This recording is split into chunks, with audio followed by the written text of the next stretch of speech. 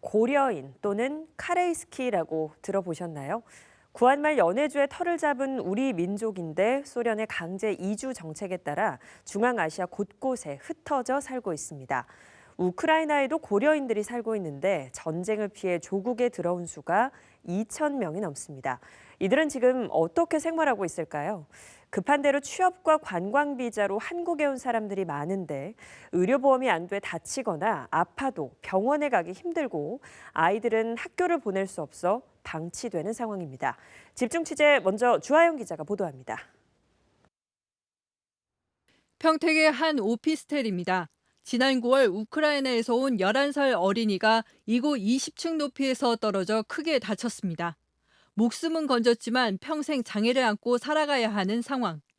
아이의 아버지는 앞으로 들어갈 수천만 원의 치료 비용을 어떻게 마련해야 할지 막막합니다.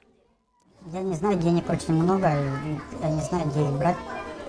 Не знаю, может, там кто-то поможет или кредит возьму. Ну, я не знаю, как.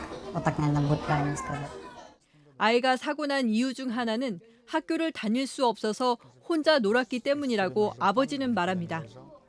입학하려면 우크라이나 서류가 필요한데 전쟁 중이라 관련 자료를 얻을 수 없었다는 겁니다. 평택의 한 키즈 카페에는 이처럼 국내에서 교육을 받을 수 없는 우크라이나와 우즈베키스탄 등의 어린이들이 모여 공부를 하고 있습니다. 동네 이장이 형편을 알고 자신이 운영하는 카페를 내준 겁니다. 정부나 지자체 등의 지원도 없어 키즈 카페 운영 비용으로 겨우겨우 아이들을 보호하고 있습니다. 포기하고 싶은 마음이 너무 간절했어요. 솔직하게 말씀드려서. 코로나 시국에 벌어봤자 얼마나 벌겠습니까? 조금 벌어가지고 아이들 간식비로 나가기 바빠요. 전쟁을 피해 우크라이나에서 폴란드까지 걸어서 혹은 차를 얻어 타고 어렵게 탈출한 70대 노인은 다리가 불편하지만 병원에 갈 수 없습니다. 손자 말하고 이게 되게 맴이 든다고. 난 자꾸만 집에 공일하고 그냥 싹 집버리고 이렇게 왔어. 우크라이나에서 온 사람들 대부분 고려인 2세에서 4세로 취업 혹은 관광 비자를 받아 입국했습니다. 당장 벌이가 없다 보니 생활 형편은 좋지 않습니다. 가족이 아니더라도 우크라이나에서 탈출했다고 하면 10평 남짓 원룸에 모여서 살고 있습니다. 보통은 8명에서 10명이 화장실 하나를 두고 생활하기 때문에 물도 많이 마시지 않습니다. 전쟁에 나가 있는 아들이나 사위, 남편을 생각하면 가슴이 아픕니다. Мы здесь не работаем, нам тяжело страховку платить. Страховка пришла, я за это сильно переживаю, сильно. 전쟁으로 목숨만 겨우 보전하고 한국에 온 우크라이나 동포들. 아무런 지원조차 받지 못하는 탈출민에게 길고 추운 겨울이 가까이 오고 있습니다. BTV 뉴스 주하영입니다. 네, 앞서 보신 것처럼 우리나라에 입국해 살고 있는 고려인 동포들의 삶은 팍팍하기만 합니다. 전쟁을 피해 부랴부랴 피난을 온 터라 어려운 현실에 직면합니다. 왜 전쟁터 못지않은 전쟁 같은 삶을 살아야 하는 것인지 이어서 이재문 기자가 보도합니다. 포탄이 쏟아지는 우크라이나의 전쟁터를 천신만고 끝에 탈출한 고려인들은 인접국가의 한국 대사관에서 비자를 발급받아 입국합니다. 고려인 동포들에게 국내에 입국할 수 있는 비자를 발급해 주는 것. 우리 정부의 역할은 여기까지입니다. 국내에 입국하는 순간 고려인들은 동포가 아닌 외국인의 신분이 됩니다. 국외에 살아야 재외동포법의 권리를 보장받는데 입국과 동시에 범주에서 벗어납니다. 고려인 특별법도 국내에 거주하는 고려인에게는 적용되지 않습니다. 정치적, 종교적 망명이 아니기 때문에 난민법상의 난민 지위도 얻지 못합니다. 난민이 됐든 뭐가 됐든 들어왔을 때 그냥 한국에 체류하는 우크라이나 국적의 외국인이 되는 거죠. 네.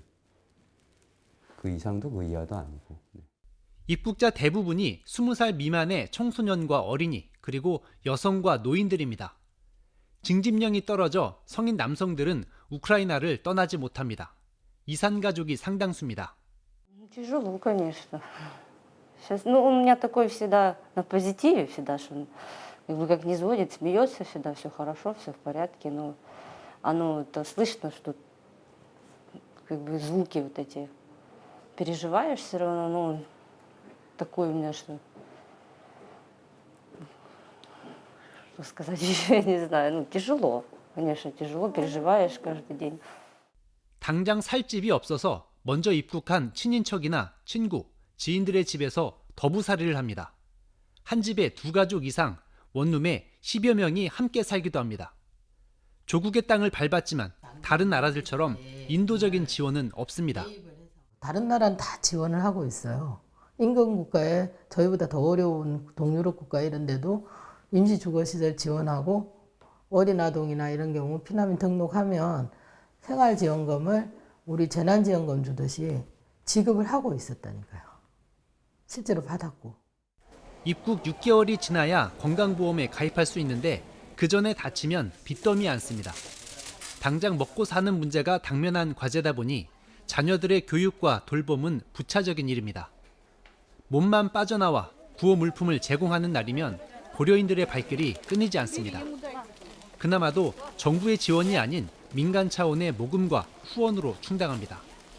국내에 입국한 고려인들의 법적 지위와 체류 자격 등을 규정하려면 관련 법률이 마련돼야 하는데 지난 20대 국회에서 관련법이 모두 폐기됐습니다. 정부 조직 개편안에 들어가 있는 재외동포청의 역할에 기대를 걸어야 하는 상황입니다. 한 군데 이게 딱 해서 뭐 동포청이 예를 들면 문제가 생겼다 그러면 거기 가서 하소연도 하고 뭔가 조언을 받을 수 있으면 좋은데 지금은 그런 체계 자체가 없어요. 체계 자체가. 노동 문제는 이쪽 가야 되고 건강보험은 이쪽 가야 되고 그쪽에서는 또 다 외국인 취급받고 하니까. 우크라이나 전쟁으로 인해 국내에 입국한 고려인 피난민은 약 2,200여 명. 안산에만 280명가량이 거주하고 있습니다. 연해주에서 중앙아시아로 강제로 이주당했던 고려인 1세대가 그러했던 것처럼 자손들이 같은 고통을 대물림받고 있습니다. BTV 뉴스 이재문입니다.